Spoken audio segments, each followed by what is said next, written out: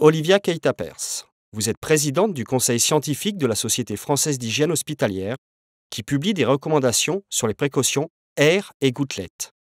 Quels sont les enjeux de ce guide ?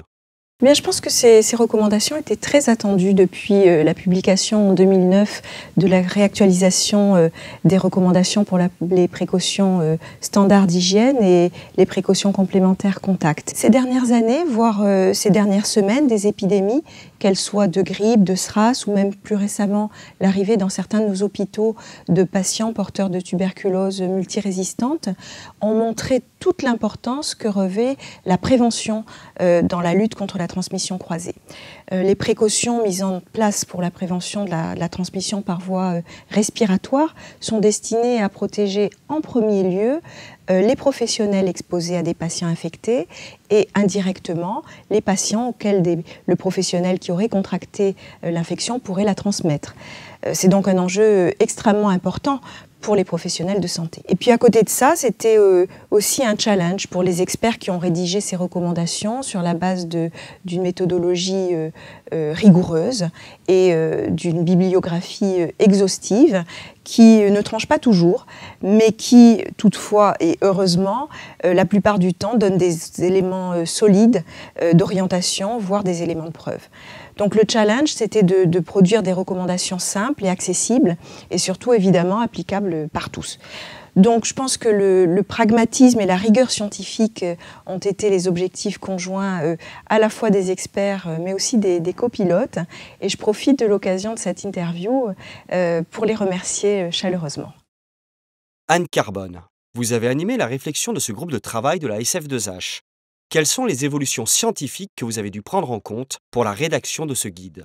Bien, les éléments de la littérature que nous avons pris en compte pour la rédaction de ce guide, ce qui concerne la prévention de la transmission respiratoire par voie air et gouttelette, permettent de penser qu'il faut réserver le port des appareils de protection respiratoire aux pathogènes qui se transmettent par voie aérienne et aux nouveaux émergents dont on ne connaît pas encore le mode de transmission. Les pathogènes qui se transmettent par voie gouttelette, comme la grippe ou la coqueluche, pour ces pathogènes, le port d'un appareil de protection respiratoire n'a pas fait la preuve de sa supériorité par rapport au masque chirurgical. Concernant ces précautions gouttelettes, une autre nouveauté concerne également la distance à partir de laquelle on doit porter un masque chirurgical. Et donc cette distance est maintenant évaluée au minimum à 6 mètres.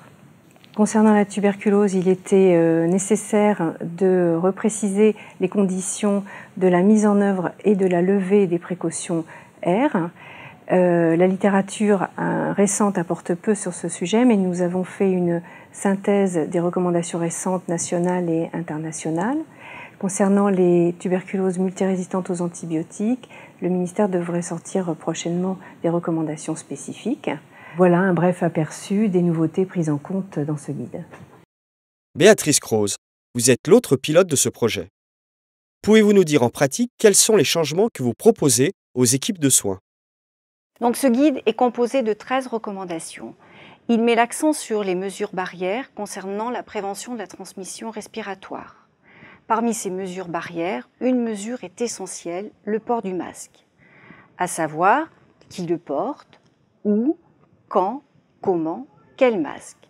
Donc lorsqu'on est en présence d'un micro-organisme à transmission gouttelette, pour le professionnel, on propose de porter un masque de type chirurgical dès l'entrée dans la chambre.